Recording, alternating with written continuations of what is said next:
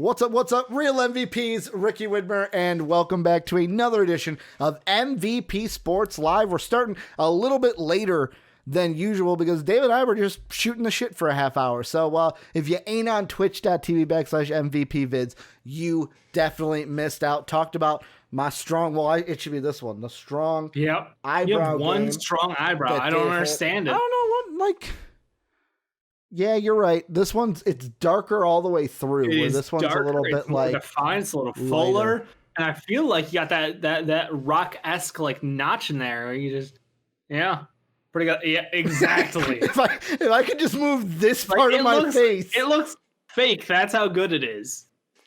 But we are talking sports today. We got a lot of stuff on deck. The NBA playoffs restarting. The kind of snowball into the NFL because some NFL players have spoken out. If you haven't seen our original discussion about the boycotts and everything in the NBA, check out our video from yesterday. It's on YouTube, MVP Sports. And then we got some other stuff on the docket, from Nate McMillan to Dan Snyder to college football as well. But before we get into everything today, little bit of housekeeping. Number one, like I said before, if you're on YouTube, you can always check the shows out live Monday through Friday, twitch.tv/MVPvids. If you ever miss a show on Twitch, you can catch it on YouTube, MVP Sports.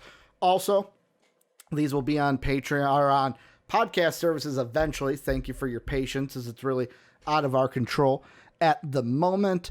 Basically patreon.com/MVPvids is how you come and support us. We got some great tiers and rewards there for the ones who basically support us through Patreon. But also, if you got that Twitch sub, throw us your Twitch sub, throw us your Prime Gaming. You get the same rewards as a We're not patron. We'll take whatever you give us. We'll take whatever.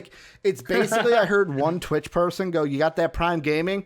Why not me? Hey, why not us? Why not throw Amazon gives it to you for free? You're going to waste it anyways. Just throw it to us. Just give it to us. You get in the Discord. Oh, and the Discord. Join the Discord. Link down below on YouTube. Wonderful exclamation point. I'm proud of our Discord, by the way. Dave's I didn't have to come in and police anything. I'm happy. Well, that was the thing. Obviously, there's very polarizing exclamation point Discord and Twitch, by the way. That's right. That's how you Yep. They got that. Okay. Philly Sean fucking sniped that right away. I mean, the realist of ones know, but for someone who's new, don't know. But continue with what you're saying about the Discord. No, I'm proud of them. I think that, for a topic that's as polarizing as it was a really good discussion. And I think a lot of people have shared a lot of their feelings about how things were going on and their background as far as I never even thought about that from that point of view, or in my experiences as a person. I haven't come across anything like this. So it was a really good conversation, I felt, and I took some extra time, read through everything last night, top to bottom, and I was really proud of the people in our community. That's one of the things I don't. We don't give shouts to everybody as often as we should, maybe. But I think that our Discord community has been fantastic, and it's been about a year, right? We got to be coming up on almost a year now. So we started the Discord about a year from right now because we didn't. It was your idea after VidCon. Best idea I've ever had. I'll agree with that. Best idea you ever had. Ouch, that hurts. It's a really good idea though, Dave. I'm comfortable with you. Really fucking good idea. Dave's also sitting there what we're doing right now. Yeah, also one of my ideas. So go fuck yourself, Ricky. But you say we don't give enough. I just want to give some praise. I want to give praise to it's Sad Knicks fan in our Discord, because the thing with him was I could tell right away he didn't jive with the whole political conversation of it, which is fine. Not everyone's into that. I'm just here for sports. I want to talk sports, but he didn't ruffle any feathers. You know what I'm saying?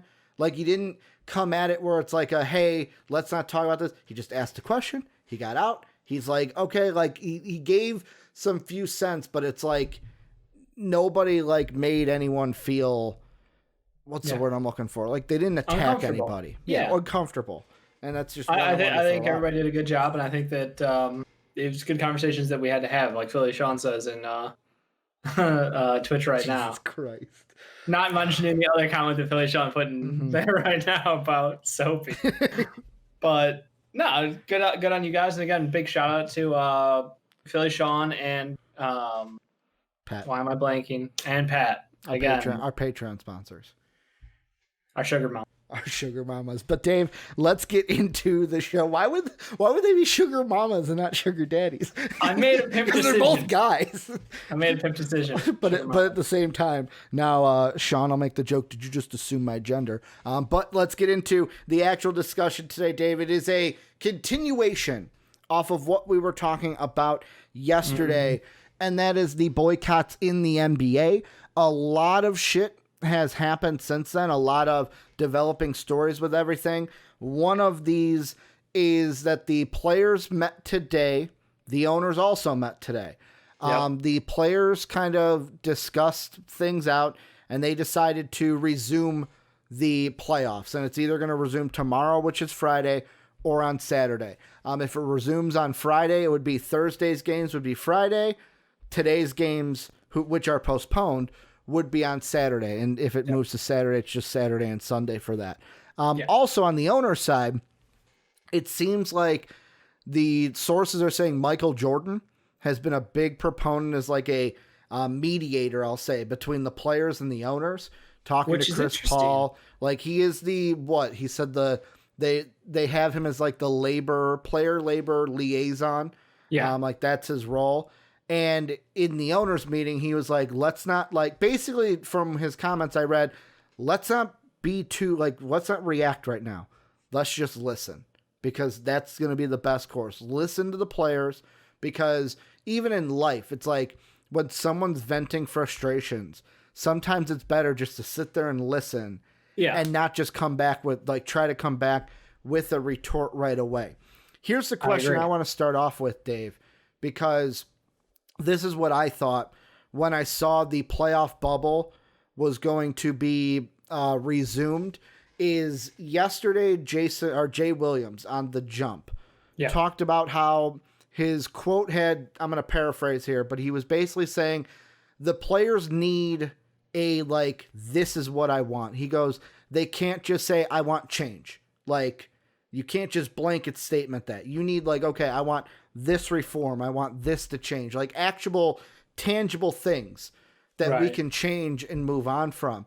But the thing he went on to say then is, he said, I will tell you this.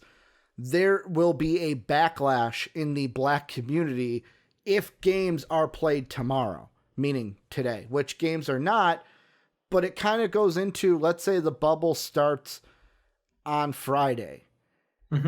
Has missing 2 days of games made enough of a statement, or is that because basically what Jay Williams was saying with his comment was basically if you just miss one game, it's like, okay, whatever, we missed one game. I even saw on Facebook, my old director from college was he's like, I went down the rabbit hole of looking at Padre comments. And he's like, I just don't see and he's not a sports guy. He's like, I don't see what missing one game does. Hey, you didn't play one game. Boo-hoo. What does it all mean, Basil? Have we missed enough game? Are the players making the right choice by starting the playoffs again so soon after this? Or should there be a longer stoppage in your time?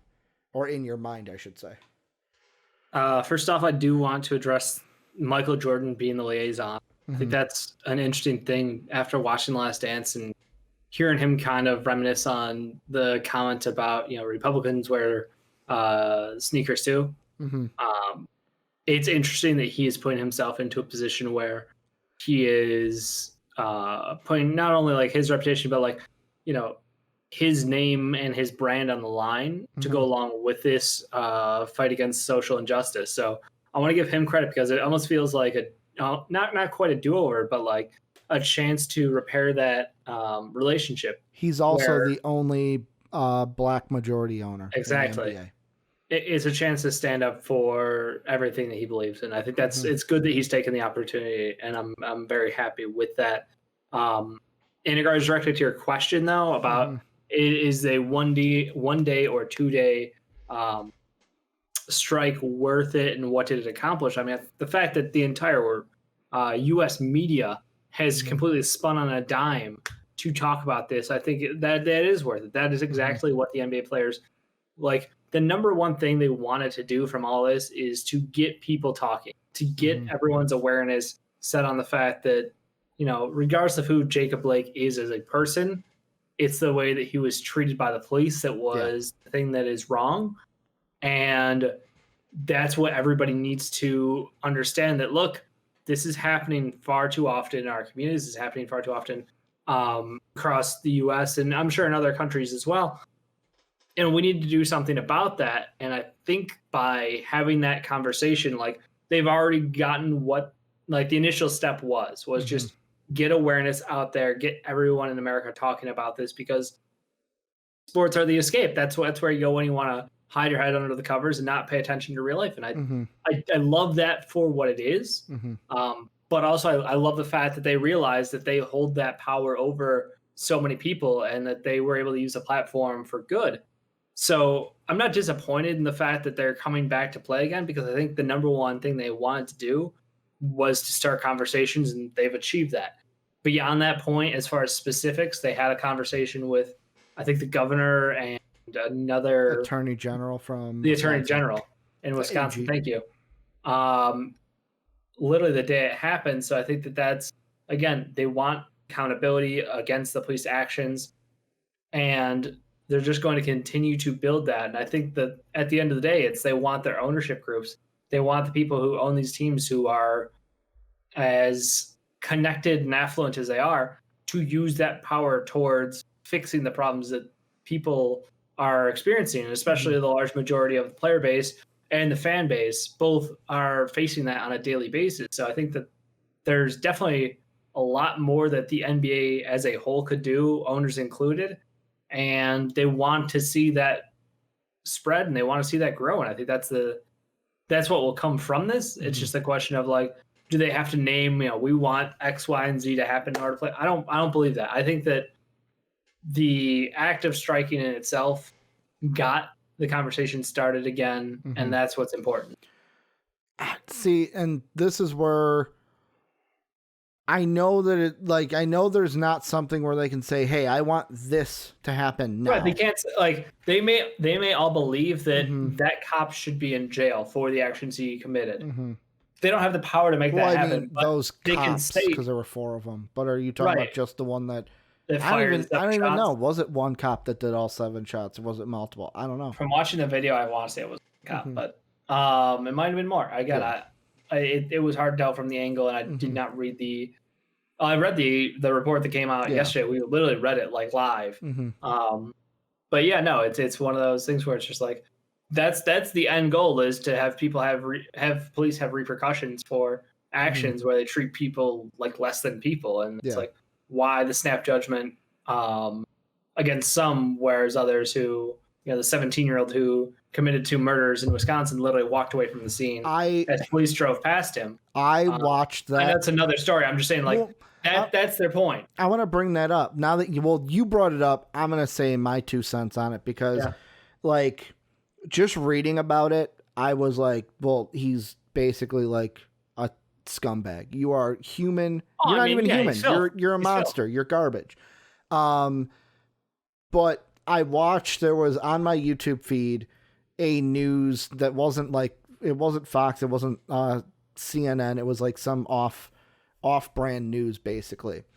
And they blurred it, and I was like, well, you know what? Since I'm already here, I'm going to find the actual video, because I'm like, I want to see it for myself and make my own assumption with it. And the thing that made me so outraged about it is he shoots a guy it looks like he shoots him in the arm.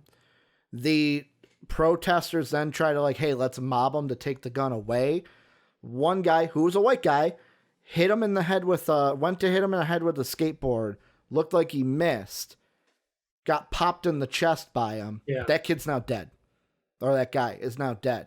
And when he's walking down the street, he had his hands up, cop cars or armored cars going by. And it's like, in my mind, I even told my mom today when I was talking to her about it, I said, the way I phrased it was, I don't want to sound like that guy, because it's like, it's one of those things where everyone has the same reaction of like, oh, if he was black, but like if he was black, he wouldn't have just been, oh, I'm walking fine with my hands up while people are shouting, he just killed a man, he just shot a man. So like, to me, I know yesterday I said that all like basically like every life is important and stuff. Yeah. No, he's garbage. He deserves, like I said today, and I don't care if this sounds bad, he deserves to die in the most excruciating way possible. Most excruciating, because he's not human to me. But that's not what we're talking about. That just, the emotions came up when you mentioned it. But with the players, to get back to that, is I know there's not something like, hey, we need this now. Someone in our Discord, I can't remember who it was, said that change happens at a snail's pace. Yeah. And it's important that you're right. It's important that basically the entire news media and the news cycle kind of stopped for a day to focus on this. But I hope there were some tangible things, either that the Bucks, when their conversation with the legislation in Wisconsin, the players themselves with either the league or if they like reached out beyond that, because if this is just a, hey, we're going to stop to get everyone to focus on it, I kind of feel like, I hate to say this, but I feel like nothing's going to change. And it goes to, I agree with, so yesterday I had some strong opinions about the Cubs. For those of you who don't know, I am a Cubs fan. But yesterday it was that Jason Hayward basically told the team, hey, I'm not going to play. I'm going to sit out because of this, to join the protest. You guys can play though. And it's like I told my mom at dinner, I was like, that didn't sit right with me. It didn't sit right because like if I was, I'm going to say Anthony Rizzo because he's one of the leaders in the clubhouse. If I was Anthony Rizzo, I'd say, well, guess what? We're not playing today. Because if one of us is there, all of us is there. If one of us sits, we all sit. So like that didn't sit right with me that the Cubs played. But today, Anthony Rizzo made comments. I saw it through Bleacher Report's Twitter account where he said, shit doesn't change, and it's just the fact of the matter. Politicians really don't give a fuck about us. All they care about is their own agenda. And part of me kind of hates that, not just because it's true, but because of the fact of like, I feel like when someone says that, it's like, well, why are we doing this? It ain't going to change, which is not right because you speak out to try to make the change. Right. Because just trying is better than sitting there not doing anything. Yeah, the moment you sit there and accept it, that's when they win. That's when you've given up. But the thing that sucks is he kind of has a point there. Like the whole Max Kellerman brought it up today when talking about SEC football fans, where the Trump and his fan base and the SEC is included in that, where football is a religion. It's like nothing's going to, like, so what? The NBA stopped. Like, it's not going to change their minds, but hopefully enough people that are outside of that world that don't just ignore facts and are easy to propagandize, as I'm quoting Max Kellerman directly there. Hopefully enough people that are not in that community are now opening up their eyes and really thinking about this, because like if this alone, these 2 days get a couple more people to seriously think about what's going to go on in November, then it's a win.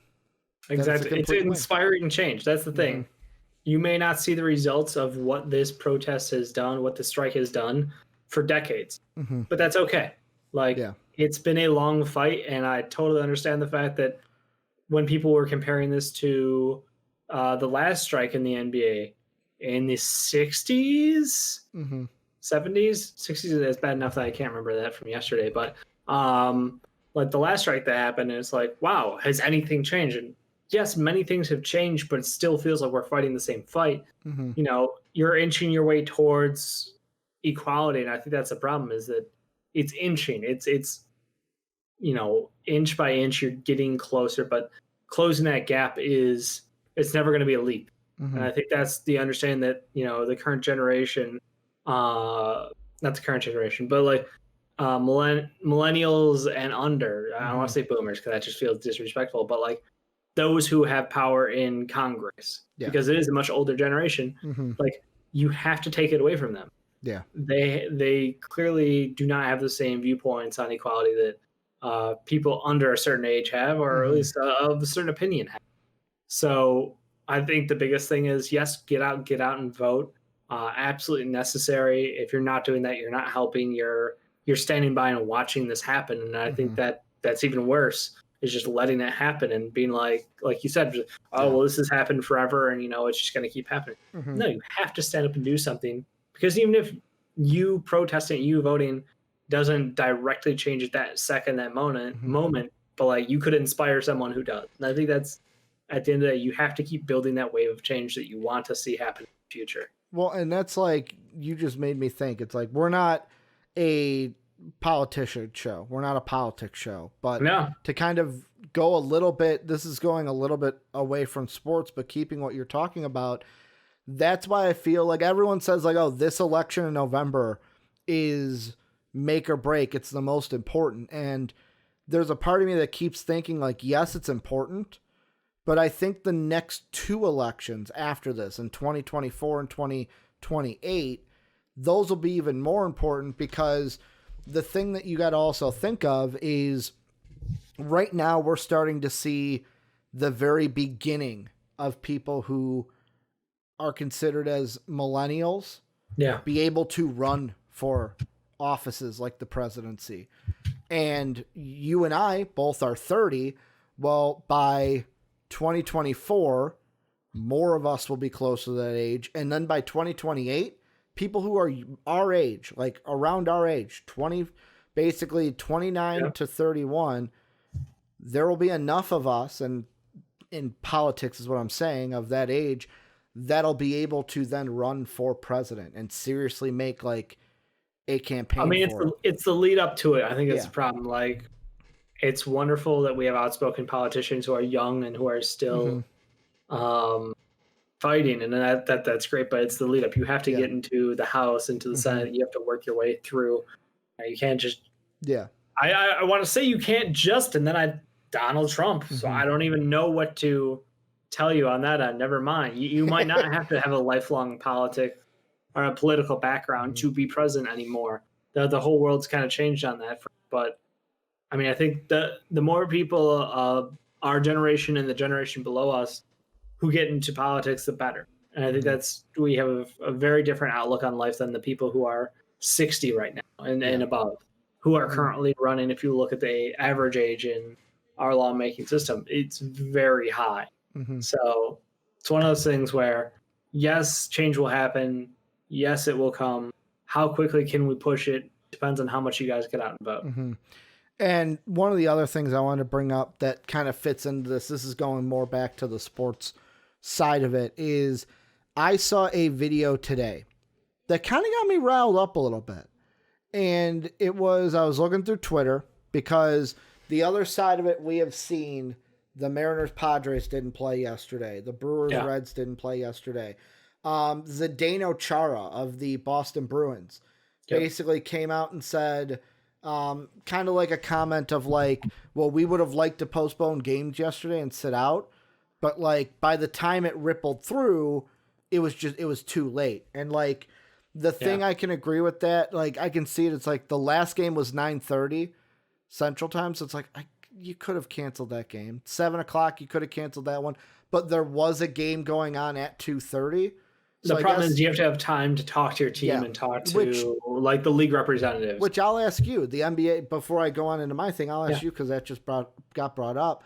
Sure. It was said that LeBron left the players meeting last night because he was frustrated that the Bucks didn't give them a like heads up of what's going on, which my immediate thoughts of that is, I get you're upset because you're like seen as the best basketball player. He's seen as the face of basketball. He's seen as the face, but like the thing where I go like tough shit on that is they had a discussion in their locker room. They were crunched to time because they were going to tip off. What, do they have to text LeBron? Like, hey, LeBron, is it okay if we do this? Like they made a, to quote Cat Williams, they made a pimp decision and they went with it. I think so. Like that's why with me, it's like I get where you're upset, but like They needed to say, hey, are we in or are we out? And they made that pimp decision to go for it. I think that frustration is out of the lack of solidarity. It's the fact that the Magic were on the court, totally unaware of the situation that was happening behind closed doors with the Bucks, and it gave an image of, well, not everybody feels this way, and I think that's the frustration on LeBron's. And he's worried about I brought that up yesterday. Like, do you look at the Magic and kind of think like, hey man, I wish we would have known. We were out there shooting around and stuff. Exactly. But I mean, like, it happened in Milwaukee's backyard, and I think that's the thing. I'm okay with it starting with them. 100%. I have no issue with that. But again, if you had thoughts of this or you guys were proposing this, and they clearly were earlier in the day, talk to the Magic, talk to the teams. Like, you guys are all literally trapped inside a bubble, within miles of each other all hours of the day. You can't tell me that there couldn't have been additional communication there. I get it. It's not the first thing that would come to my head. If I'm talking about this with my team, if I'm on the bus. Well, because the report, clearly that's not the first thing coming to my mind. The report was that it was brought up by somebody. George Hill's name's been attached to it, but even people are like, we don't know exactly if it was George Hill. Basically brought the subject up in the locker room before, like, while they were getting ready for the game. And that's when the conversation started happening, to where I can see where players are upset because you want to be on a united front. You're all players in the NBA. But like, if it happened that way, things just started to snowball, and it was like there was no way to properly do that. So that's why it's like, me, not that upset. It's just, it's more important that it happened. But the point I was going to make is, I was scrolling through Twitter and her name was Kayla Gray. And Kayla Gray works for TSN Sports and Sports Center anchor in Canada. Okay. She's also the host of Sports AM. And she was on Sports Center to basically say, because the NHL has postponed their games today in solidarity with what's going on. And she basically went on Sports Center, made comments that the NHL, her exact tweet is, the NHL is hella late to the party, so it's more than fair to ask if they're here to stay. And she's basically like, well, are you here for the fight? Are you here just to kind of make face and leave? She mentioned how most of the NHL players aren't focused, like haven't focused on anything that's going on outside their bubble. And to me, it kind of riled me up a little bit. The reason why is we talked yesterday, because JD brought it up in our Twitch chat, of he'd be surprised if the NHL did anything. Like, they're not going to do anything. They don't have a huge black player base. They're just going to status quo. Well, they canceled games. And I feel like, one, if you're going to come after them for doing the same thing the NBA's doing, you're dividing us. You're dividing everything when we're trying to come together. Everyone should be together right now. We shouldn't try to divide anything. And by doing that, that's what you're doing. And the second thing is, I think of like, okay, the comments about they're not focusing on anything outside the bubble. The NBA bubble is centered in America. The hockey ones are in Canada. And you could say close enough to the United States, but you've got to think they're in a different country, a country that's doing everything right coronavirus-wise, which is different than the racial issues, but they're doing things right in that sense, so they don't have to worry about that. And you look at the player base, most of them are more non-U.S. players. So like I brought up to you, I usually mess his name up, Nicholas Hjalmarsson, whatever it is. HJ, it's a weird sound to make for me. He's from, like, I think he's either Finnish or Sweden, one of the two. Might be Finnish. And he doesn't live in America. So like for me, I can understand where if you ask me, hey Ricky, what's going on in England right now? Oh, unless it's on, like, what's going on in Asia right now? I don't know. Hey Ricky, what's going on in America right now? Okay, yeah, I could tell you what's going on. Like, I'm central to where I live and where my family is. So like, I see that point and I go, like, I can understand it because they're not in America. Most of them don't even live in America. They just work in America. So like, I don't know. Maybe it's me just getting over-riled for comments that shouldn't even be mentioned, but I don't know. It got a rise out of me today. I totally understand it, and I agree with you. If the NHL has decided to be an ally towards this, then what is the downside? Mm-hmm. Like, why are we trying to pick a fight about that? They've agreed that, hey, this is going on and this isn't right, and we don't stand for this. We're with you on this, the NBA. Mm-hmm.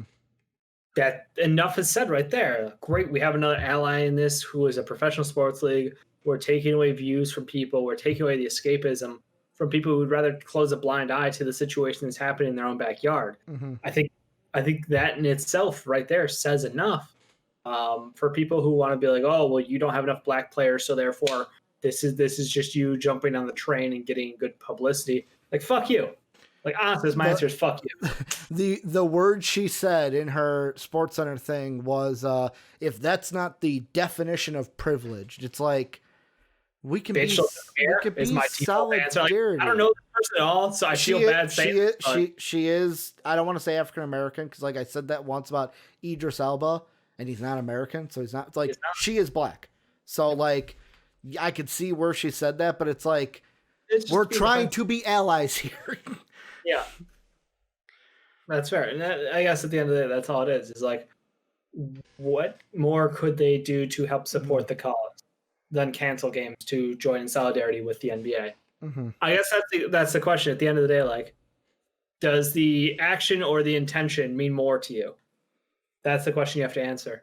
Mm-hmm. I think the action means a lot. I think the intention at the end of the day can be assumed, but there's a lot of people making that decision. It's not just one person making that decision. Mm-hmm. So you can't get the intention 100% correct on that end. Yeah. Also, kind of to segue into the thing that's going to be different than the NBA, but it still stays point to this, is the NFL. Mm-hmm. There are different reports, one from NFL.com, that multiple NFL teams canceled practice on Thursday in wake to the Jacob Blake shooting. Green Bay Packers, Chicago Bears, Colts, Jets, Titans canceled their practices, while the Arizona Cardinals, who were not scheduled to practice Thursday, announced they would not hold team activities. NFL Network's James Palmer reported the Denver Broncos decided to not practice following a meeting that lasted for more than 2 hours.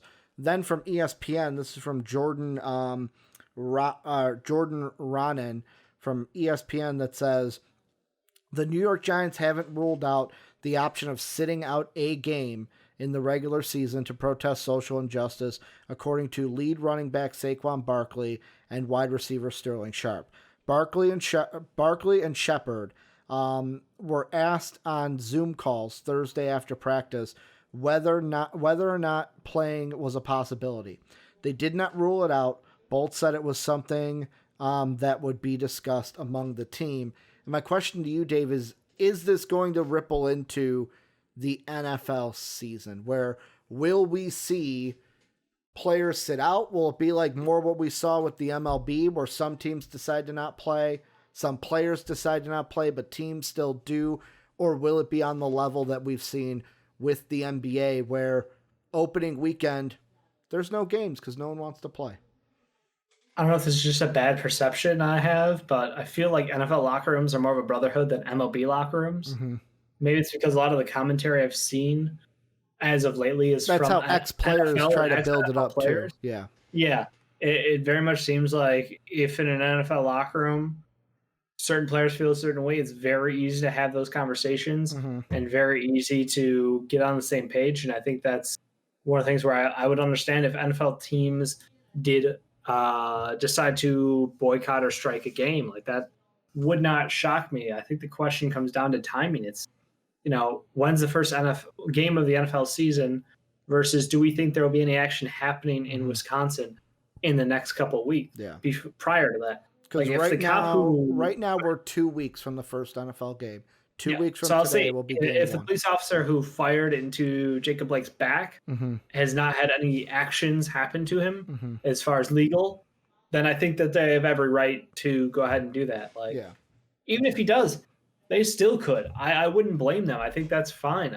Again, at the end of the day, like, they can protest at whatever level they want to. I have no problem with that, and I get it.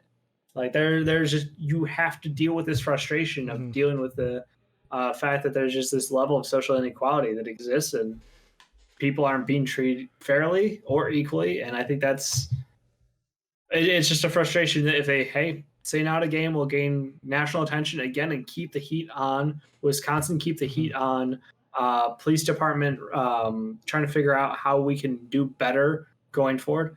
Absolutely a great move. My only, I don't want to call it an issue, but the only problem I see with it is, let's say Saquon and Sterling Shepard don't play. Yep. Well, Saquon might be a different story because he's the leading running back, and like if he doesn't play, obviously the offense doesn't work as well. But for the average Joe tuning into a football game, they're not going to know right away that Saquon's not on the field until the announcers tell them. Because the announcers will tell them very quickly. No, but I'm saying, like, if I'm just looking at a game, it's kind of like what you said. They're wearing helmets. So, like, unless you're really focusing, like, oh, that's not Saquon. It's not recognizable right away. Whereas, like, LeBron James doesn't play. I don't see LeBron's face. Where is he? So, like, they have that hurdle to get over. Where that's why the Colin Kaepernick thing, I think of made so heavy of a ripple, because what he did happened not just during the national anthem, but at a time of the game where no one was wearing a helmet, where you could see my face and know it's me that was doing it. I agree. So like, that's the only hurdle that I think the NFL will have in this, of it's not as recognizable. Like, people will notice, but it's not just an immediate, like, oh, where's Saquon? Kind of thing. But I do expect, I don't know. I will say this, we will have week 1. And if we don't have week 1, it's because of COVID, not the racial injustices. I don't see an entire, like, solidarity of all the football teams, all 32, saying, hey, we're not going to play. But we will see players boycott, I think, week 1 and sit out. Unless there's something done, because, like, that's something that if there's change, okay, it happened, we now don't have to do this. But I do expect there to be sit outs for it. Anything you think we haven't brought up here? We've kind of gone cross. Do you think we've kind of touched all the updates or something you didn't think? Okay. Next thing we'll move on, though, to is some actual basketball analysis, Dave. This was a move that you might watch it for. Yeah, there was, this move was kind of interesting to me. And it was interesting because this team had just extended or reworked the contract of this coach to extend him another year. But Nate McMillan has been fired by the Pacers after them being swept by the Miami Heat. The move comes, this is from ESPN, the move comes after the Pacers had reworked the final year of McMillan's contract for 2021 and added a team option for 21-22 in the form of a soft extension earlier this month. Rockets head coach Mike D'Antoni, who is in the final year of his contract, will be an Indiana target should he become available, sources tell Adrian Wojnarowski. Indiana also plans to search from a pool of candidates they would consider program builders over the long term, sources tell Woj. Dave, what was your thought about McMillan getting fired, and where do you think the Pacers go from here? I hate to say this, but he deserved it. Okay. He was unable to move a team forward with an offense that represent anything of the modern style. He hampered their offense. He did not know how to utilize his players. I understand he was playing without his best player, Domantas Sabonis, out there, but it still felt very clear that he was being outcoached. They have talent on their team. Indiana is one of those teams where, like, they have talent to compete at a playoff level, and their lack of success in the playoffs is only a sign of the fact that their coach doesn't know how to utilize their talent to the best, in my opinion. So when I look at that team, I go, okay, well, You've got a great piece in Malcolm Brogdon. I love, Domantas Sabonis, Miles Turner, Victor Oladipo, TJ Warren, the bucket getter. Like you have a plethora of players out there, and yet the struggles seem to be consistent across the board, and the lack of offense and Miles Turner's perhaps stunted development. I think a lot of people had expected him to take additional steps since his rookie year, and we haven't seen quite the growth that we expected out of somebody who basically has a frame that is fantastic for the NBA. Looks like he could be like the next, not as good offensively, but Anthony Davis, stopper style player who does have a good shooting stroke. So again, it's just how do you game plan your own players out of a system, and that's the frustration. I totally get it from Indiana fans that is a big hang up. So the Dan Antoni thing is just hilarious to me. Who wouldn't want Mike D'Antoni as their head coach? Well, I'll ask you this. He's one of the best coaches in the NBA, period. Stop. Is there a chance the Rockets don't bring him back? Because that's the thing to me. I feel like even if the Rockets lose in the second round, the Rockets would be like, well, this system is predicated on Dan Antoni. So like you take him out and it's like, well, are we going to get the same James Harden? Because it'll be a different system. It ain't going to be the Mike D'Antoni shoot threes till your arms fall off. I don't disagree. I wonder if they could just have an issue with funding. Because I feel like Mike is worth a lot of money if he hits the open market, which he is. So that turns into, I think, obviously he'd like to stay with the Rockets if he loves the players. And depending on the front office, like I don't understand. There's clearly a divide there because he didn't do a great job of hiding his feelings when they made the Russell Westbrook, Chris Paul deal. Russell Westbrook was not part of his plan. Many players who got put on that team as part of the front office's decision-making were not part of his plans. He's made the best of the situation. He's one of those guys who turns lemons into lemonade. And the offense and defensive play that he's gotten out of this team this year is incredible. And I think you have to say that about the last couple of years out of him. Like, honestly, he's a top 5 coach in the NBA, period. And the disrespect to him by, the Rockets just being like, well, we're just not going to pay him. If he's worth too much money, too bad. Like, the Bulls should go after him. The Nets should go after him. The Pacers should go after him. The Sixers should go. Every team who does not have a head coach, and even some teams with a head coach, should make an offer against that. Like, he is that good of a difference maker from the coaching standpoint. I think it just comes down to a matter of what is the asking price and how much damage was done by that Rockets front office. It's funny to me, like the Mike D'Antoni kind of scope throughout the years.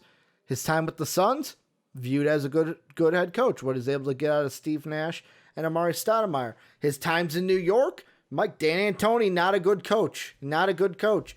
Maybe it was also what is he supposed to do with that New York team he had? Always above him in the organization. I get that. That was also the aging Amari Stoudemire years. He needs a point guard. Which he has. He is a savant with offenses, and if you give him garbage for a point guard, how's he supposed to work with that? Give him Vic, see what he can do. Because we do have some Twitch chat stuff where Philly Sean says the Rockets probably won't extend him. Mike won't want to come back. Philly Sean also says, I don't think Nate is a bad coach. And so he's an excellent assistant coach. And Soapy saying, I think the Pacers' struggles came from TJ cooling down, in my opinion. Because my thought is, it was never sustainable. If you were counting on TJ Warren shooting like 70, 60, 90, then you already lost. Well, and this is when it comes to the Nate McMillan firing, I feel like it's a little bit of like I said when I was brought it up, of kind of like a, like, why are you making this move? Yeah, I was not shocked. Now, because, the reason I was shocked is, in my mind, this was either one of two things. Either you were thinking about it like, well, hey, maybe we have to fire him. Or this was a rash decision of like, nope, let's fire him. If it's a rash decision, rash decisions are usually never good. And if this was something, playoff record. Well, no, I get that. But year after year, what I'm saying, after year. No, I get that. First round exits 4 straight years. This was his best winning percentage. With me, it looks like bad optics to give him even if it's a soft extension, you extended him a year. They retooled his contract and then added an option. That's all. See, but that to me, it's like when they made that deal, it's like, okay, they're going to give Nate one more year, which to me, I think if they gave him one more year, it wouldn't be the end of the world because like you said earlier, they didn't have Domantas Sabonis. Vic had been injured most of this year, and even in the bubble was kind of dealing with that still while trying to play. TJ Warren was not the guy, like, he's not the one you lean on. That's why you have Victor Oladipo, and if Victor Oladipo and Sabonis aren't 100%, obviously... What about Miles Turner? What about Malcolm Brogdon? What about Holland? I'm not saying McMillan is perfect, but with me, the optics look bad is what I'm saying. To kind of show we're going to give you one more year, and then, because you lost to a Jimmy Butler Heat team that Eric Spoelstra is a better coach than McMillan, but like, to me, it would have been better for the Pacers to say, hey, before we rework his contract, let's see how the playoffs go first. No, that's what I would have done. I wouldn't have no financial impact from that. So they're fine. I think that it's very similar to... but I'm not saying it's a financial impact. No, that at the end of the day, like, it's very similar to Brett Brown. Had Brett Brown not got swept out of the playoffs and looked like an embarrassment, he probably wasn't going to get fired. Yeah, but they didn't give If they lost a close 7-game series and they battled through it without Ben Simmons, Brett Brown wouldn't have gotten fired. Yes, but the thing I'm saying is... That's why when you're saying a rash decision, no. Losing the playoffs without winning a game for like I don't even know how many years in a row this is now. It's 4 first-round exits, yeah. And they've won no games in any of them. They have gone, under Nate McMillan, I was going to say, like, how many games in the playoffs they won? They won 3. The second year, they went to 7. His second year, they went to 7 games. I'm going to look up who it is, but they went 0-4, 7 games, 0-4, 0-4. Yeah, I mean, that's not tolerable. Like, you're going backward. But that's what I'm saying. Like, you're missing the point, I think, a little bit is I am not... Don't make the contract before the games happen. Bingo. And I'm saying that it doesn't matter when the games happen. They have to set themselves up financially to not get fucked over, because what if Nate McMillan goes on a miracle run and wins a championship? Then you have to pay him like a prime head coach at the top of the league. Did you realistically see that happening?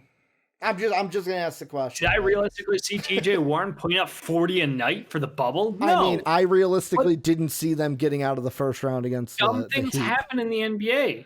It is league that's best at getting it right when it comes down to the best teams in the NBA. They went to 7 games against Cleveland. Yeah. That was in 2018 playoffs. I'm not worried about the timing. I think that getting him out was the right answer regardless of the situation. Unless he won a championship, his job was gone. Let's say he would have lost in 7. You don't think he keeps his job? He might have. That's a dumb thing. I don't think he deserved to. I think he's an excellent assistant coach. I think as a head coach, he lacks a lot of areas that you need your head coach to be vocal and visible for. So I think that one way or the other, they're making the right move. So Philly Sean's got a good question for you, Dave. Sure. He says, so if the Nuggets lose, should Malone be fired? He loses or doesn't make the second round year after year after year after year after year. It hasn't been year after year after year. They missed out on the playoffs 2 years ago. Last year, there was their first year in the playoffs, and they were the number 2 seed. This year, number 2 seed again, I think. Maybe number 3 seed. I forget how they finished that out this year. But yeah, 2 years of bad playoff performance. Playoffs for them is, this would be the second year. Yes. And second round last time. But I mean, before that, they were, a 46-win team. Didn't make the playoffs. 40-win team. That one's kind of iffy. But like, I don't know. Mike Malone maybe it's because like it was 4 years and 4 first round exits. Where I think Mike Malone, if it's 2 more years of this, then because this team is better than the Pacers in my mind. Like they are the second. Last year they were the second seed in the Western Conference. Like if you're second, third seeds and you're not getting out of the first round, then that's a problem. If you're fifth and below, it's like, well, like the 5-4, it's like, okay, well, that's kind of like your 8-9 in an NCAA tournament. Like, and in the West, that's one game usually. Mm-hmm. It's only a one game difference, so it's a toss up anyway. Mm-hmm. No, I think Mike Malone doesn't deserve to be fired. Although I've heard the rumors of him being removed from his position should they lose this series, which is insanity to me. I'll sign right the fuck up for Mike Malone as my head coach tomorrow if they fire him. Don't get me wrong. I think he has been given a unique roster with diverse talent, and he has found a way to get them to click in most situations. The problem is when playoff basketball happens, he doesn't seem to have the ability to I'm trying to, what's the word for it? Not handle a situation, like jump off with some creativity, basically. Like, oh, this isn't working. How can I make my adjustments quickly in the matter of a game or within the series to get the best out of them? Because I think the problem is when we see the Nuggets slow down their offense, we see that 2-man game between Jokic and Murray. Yeah. You go big guard, and it feels like the other three guys don't get a look even on that team. And I get concerned because I think there are deadly weapons out there on their team they've got that are being underutilized. Yes, but it feels like that just happens during crunch time. And they need to find their go-to answer because the 2-man game, like, I mean, Jamal Murray for 2 games has been fire, like straight up fire. But if he's not hitting, I don't know if you mentioned this today. I know you mentioned it while we weren't on the show. They're going to get Gary Harris back. So Gary Harris is coming back potentially, so there is some upside to that. But again, does that change your game plan? Will he change his game plan? And that's the big question: is when the game's online in the fourth quarter of an NBA basketball game.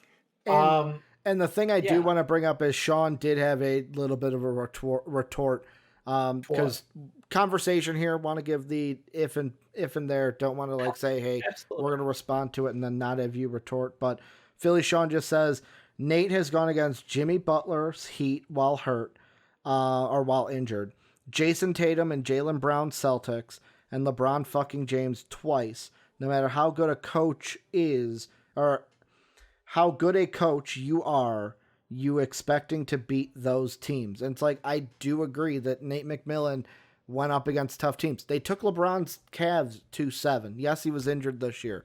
Am I judging the firing? No. Like I said, with me, it's all about the optics. I get the side of, you made a good point, Dave, of, well, we made that extension because if he did go on a miracle run, we got him locked down for a year, so a team can't snipe him from us. But there's also that side of me of, did you expect to go on that miracle run? Because I didn't. Like, I had no faith in the Pacers with their injuries. Yeah, it didn't cost them anything, but with me, I don't know if, even if they gave Nate McMillan another year, I don't think it hurts the growth of their team. Like, I mean, you could argue that the years he's been there, Miles Turner hasn't grown. You could say that Domantas Sabonis is the same player. It has not grown much since he has gotten to that team. He's gotten the spotlight, which thankfully he has fucking thrived in because he's a Sabonis and his daddy taught him right. And I mean, eventually with Miles Turner, when does it then get to a point of, well, you're getting too old, you haven't progressed enough, we're just going to move on and either look to free agency or the draft to fill your spot? I think it's trade value. He's still a highly coveted player amongst many teams out there. It's just he has not taken the step from great rim defender and okay offensive weapon to anything more than that. I feel like he's been stuck in sand for 2 years. Should it all be on Nate McMillan though? Like, or is some blame on Miles Turner? Obviously the front office, but like, I mean, I don't know if they're like the Bulls where we got one guy being like, you should work on dribbling better. That's all the time I got for you. I got 16 other guys I got to get through today. Working hard. You got to work hard out there.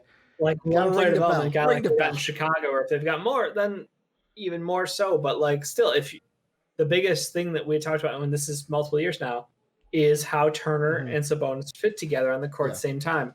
Can they coexist? Will they coexist? What's their box score plus minus when those two are out there together versus one and then the other? And then what happens when you change Lamb for Oladipo and you got McDermott out there and then Warren? Like, you have to be cognizant of all that info going on and take action based off it. Like, if you can't find a good way to use someone who was previously on track to be a defensive, an all NBA defensive player with a good or an above average offensive skill set, you can't find a way to get better with him, then I feel like you failed as a coach.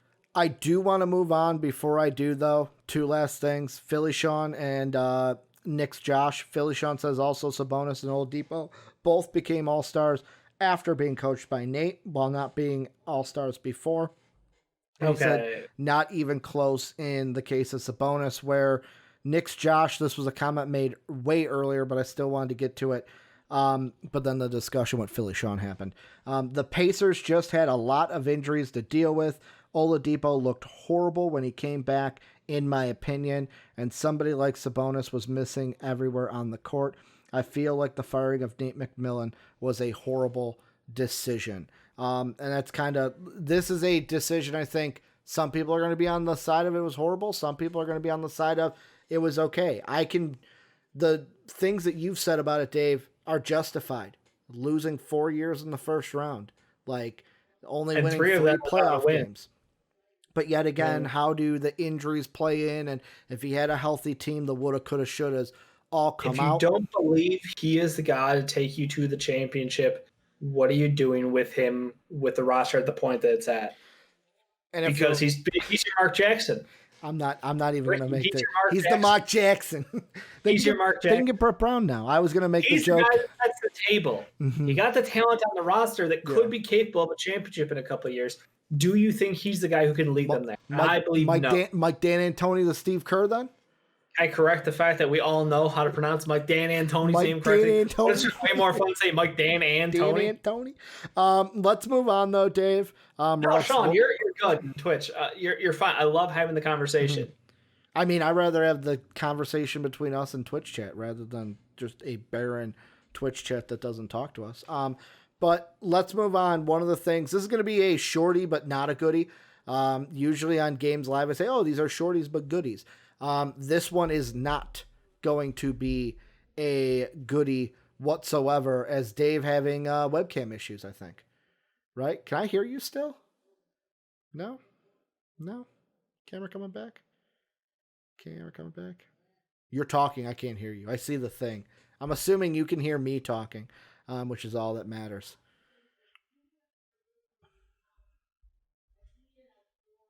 It ain't mine, is it? Hello? Hello? Now I can hear you. It's doing the camera thing again. I can see you.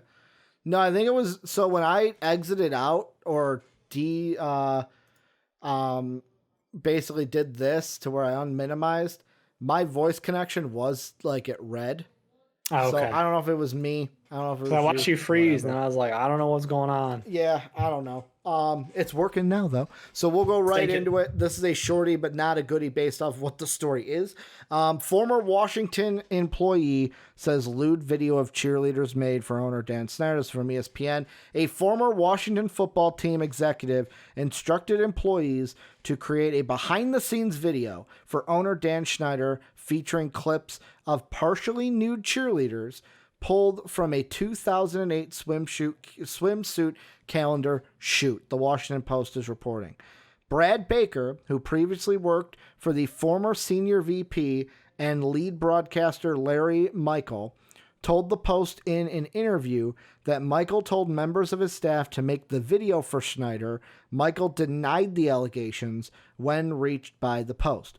Larry said something to the effect of, "We have a special project that we need to get done for the owner today. He needs us to get the good bits of the behind-the-scenes video from the cheerleader shoot onto a DVD for him," Baker told the Post.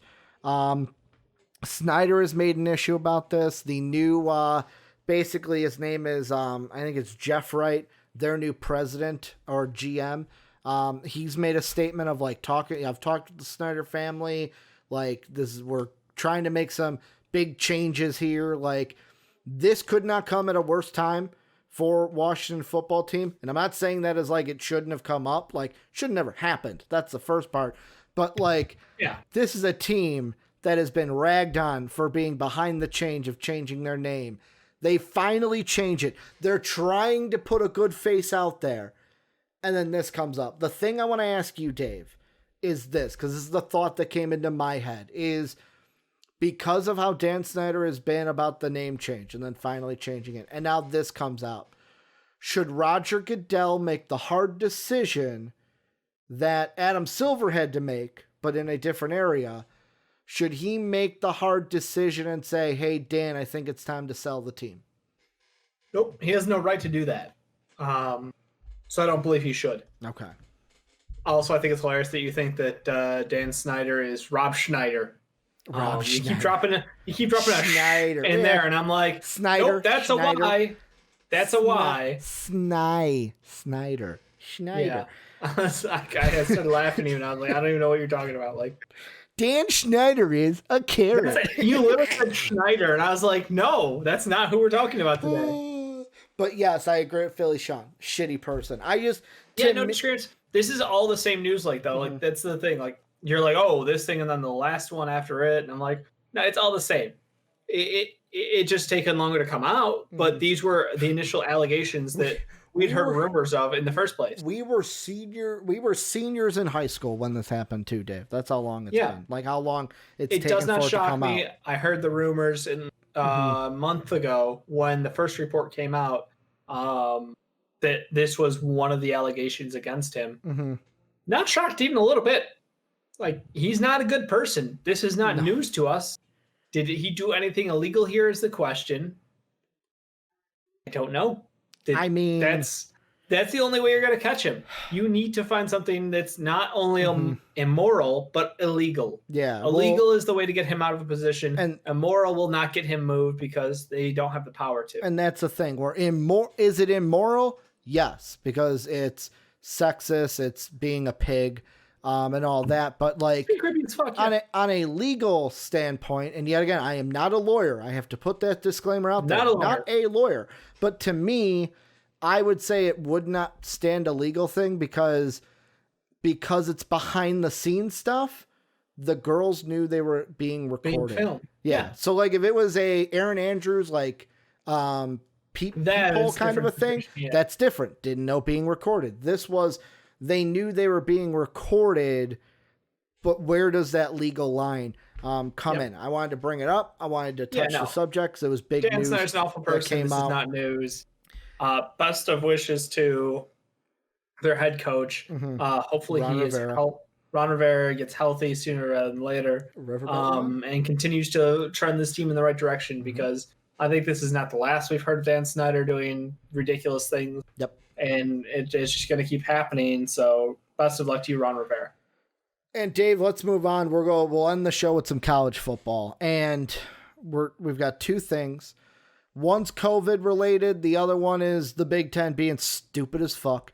Can't wait. I can't stand it. Like, one of these happened yesterday. We pushed it to today. The other one happened today. The one that happened today, this is from ESPN. 8 Nebraska football players on Thursday filed a lawsuit against the Big Ten, seeking to invalidate the league's postponement of the fall football season and to award damages. The suit filed Thursday in Lancaster County District Court alleges that the Big Ten is in breach of contract by not following its governing documents under which athletes are third-party beneficiaries. The athletes, according to the suit, have the right to expect the Big Ten will follow its own governing documents and all of its other rules, negotiations, and guidelines. Will not make arbitrary or I can't read.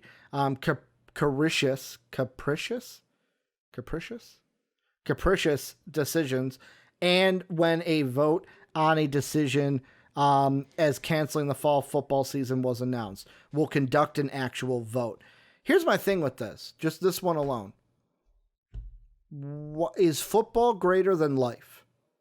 is it greater than life? That's a tough question for some people. Like, because the news that happened yesterday was, again, from ESPN, a group of Big Ten football parents associations on Wednesday sent an open letter demanding information around the league's decision to postpone the fall football season and a structured decision with first-year Commissioner Kevin Warren. A large majority of Big Ten parent associations participated in the letter, which uses the banner hashtag Big Parents United, and expresses a shared confidence that the league's athletic programs are prioritizing players' health. Parent associations from Nebraska, Ohio State, Iowa, Penn State, and Michigan already sent separate letters to Warren demanding greater transparency concerning the August 11th postponement. Warren on August 19th released an open letter further explaining the decision, which was based on health concerns related to the coronavirus pandemic. The Big Parents United hashtag group writes that it is extremely disappointed with Warren's response. Basically, all Warren had to say, Dave, COVID bad. That's my reasoning. COVID bad. Yeah. I don't get it. I get the players wanting to play. I get that part. But I don't get we want real reasons. Well, there's facts here. COVID bad. These are facts. Like, these are actual numbers that we see. What don't you understand? This is what Max Kellerman was talking about when he talked about the SEC. And the other thing I think of, look at the Pac-12. How many schools, how many parents do we have from Pac-12 schools that are in ESPN articles saying, we need to play football, we're going to sue you? No, it's just the Big Ten.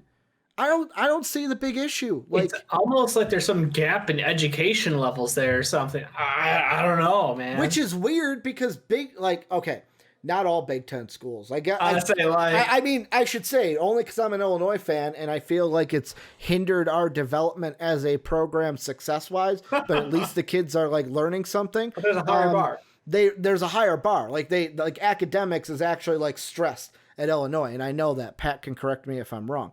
But like, I don't know, man. I see this stuff and it's just like, COVID bad. When don't you understand this? No, it has been, politics got to sports a long time ago.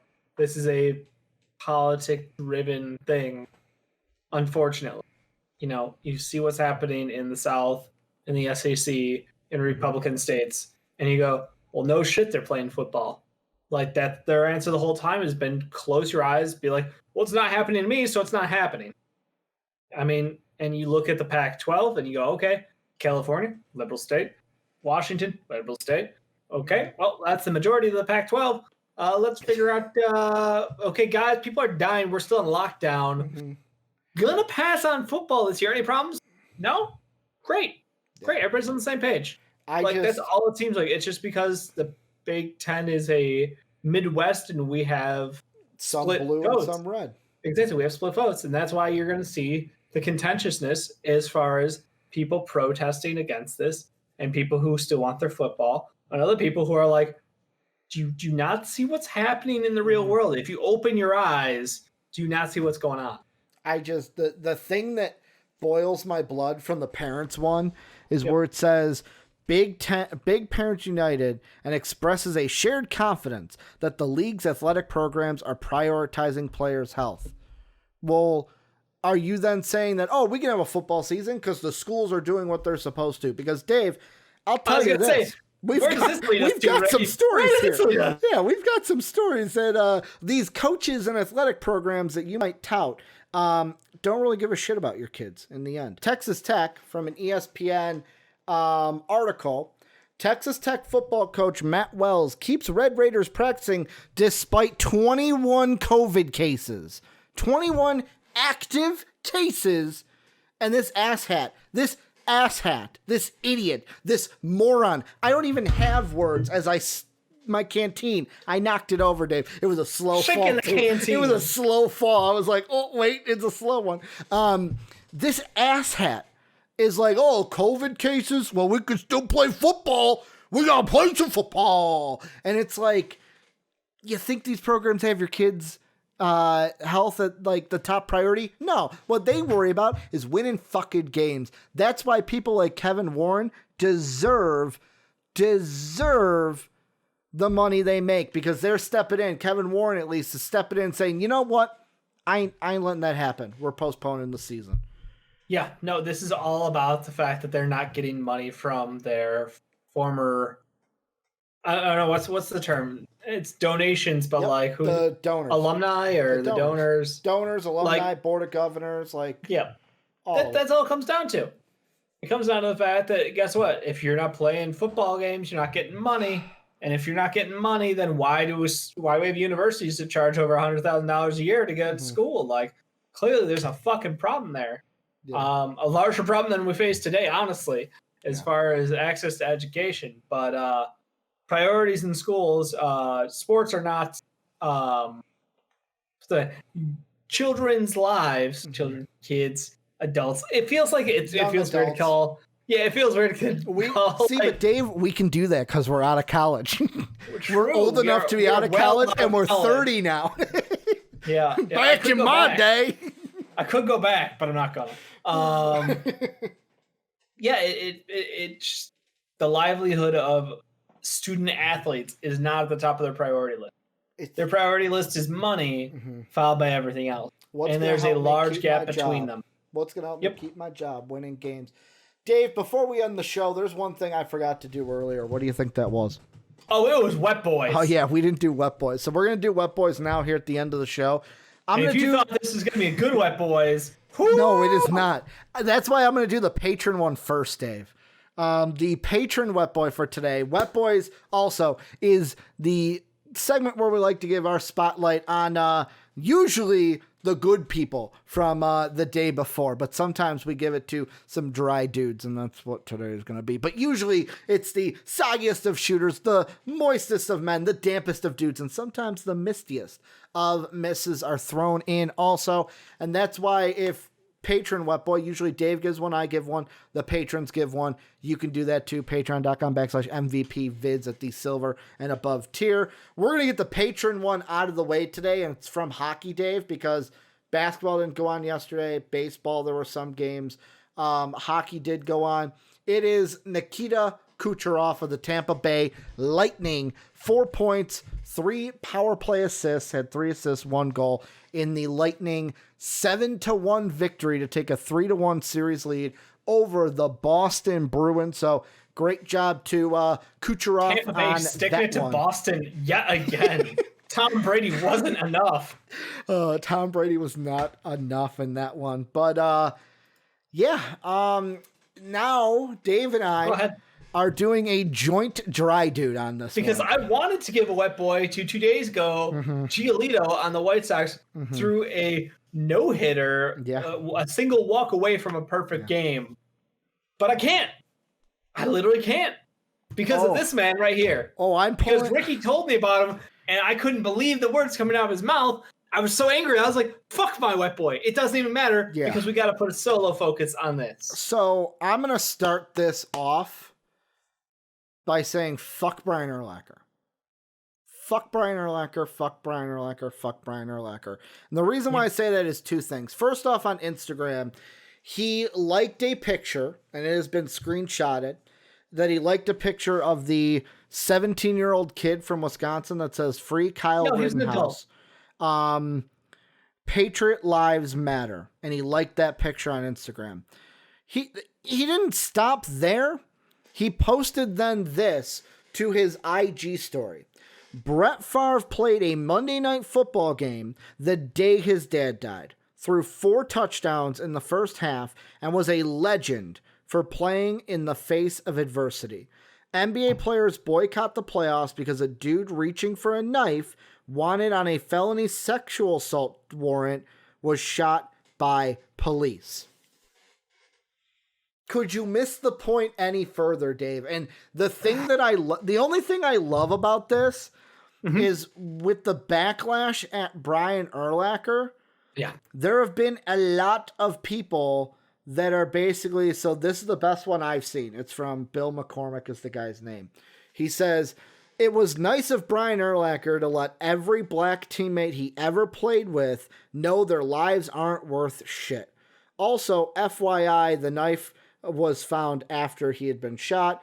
Cops who shot him didn't know about it or see it. Also, cops are supposed to arrest, not kill people. But like that first part is absolutely true. If I was a black teammate, former teammate of Urlacher, I don't know how I would be feeling right now. I know it wouldn't be good. Wouldn't be feeling good right now. I mean, can you imagine like Tina Tillman, Lance Briggs, the guys who were his brothers for almost a decade? Like, you brought that up earlier. Imagine. Oh man, the NFL locker room, it's a brotherhood. And that's what they instill in us. But it's like, you're going to go ahead and say this shit? You're going to go ahead and say this shit? Really? Really? Yeah, no, and that's, it is so amazing that he can be completely oblivious to what is happening in the world. Mm-hmm. I'm at a loss for that. Like I love Brian Urlacher growing up. He was the best Bear, in my generation watching football, basically, 90s and up. Urlacher was the guy. We never had a quarterback, but we had a fucking defense because of Brian Urlacher going sideline to sideline. And now I'm like, oh, childhood hero's a scumbag. Mm-hmm. He's an absolute piece of trash.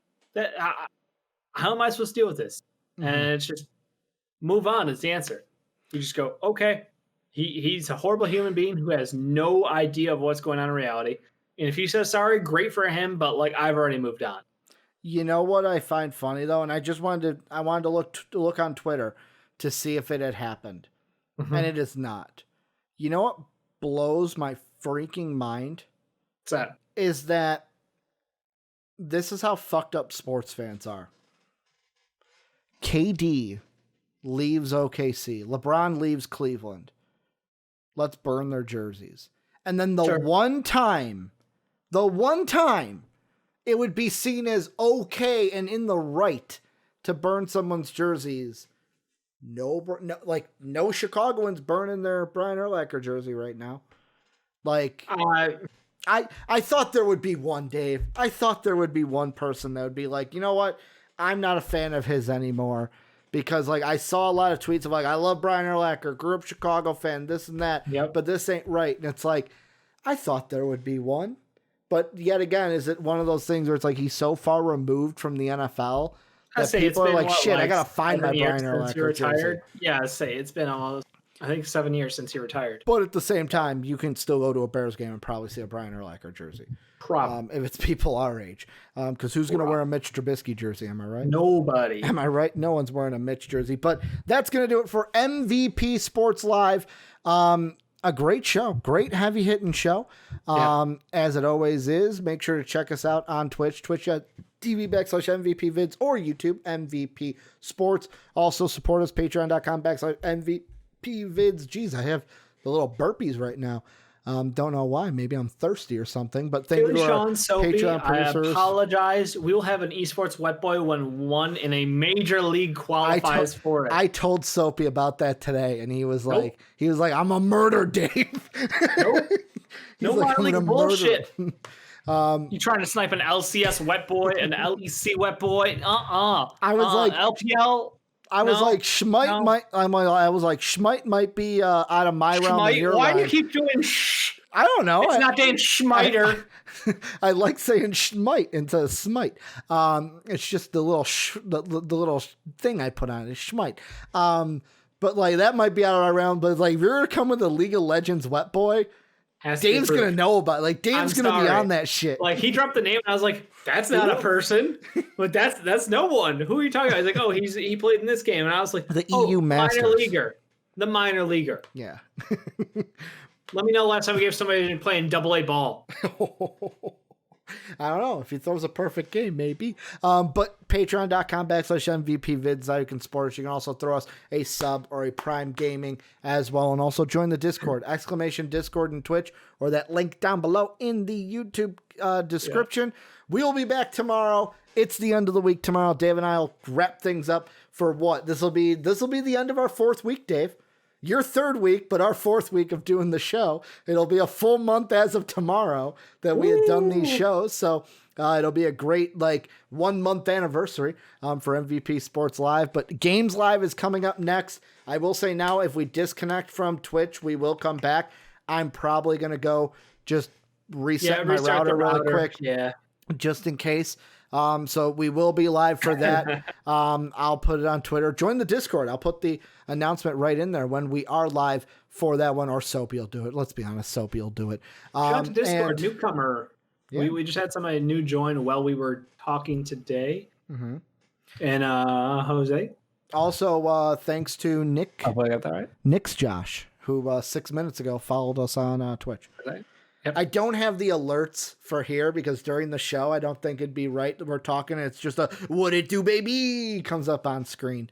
I mean, we'll find a compromise. It's a little different during a shit stream. But thank you guys for watching. Games Live will be coming up next. I will give that announcement in the Discord. Go join it when we're live because I'm going to reset my router. But as always, thanks for watching, guys.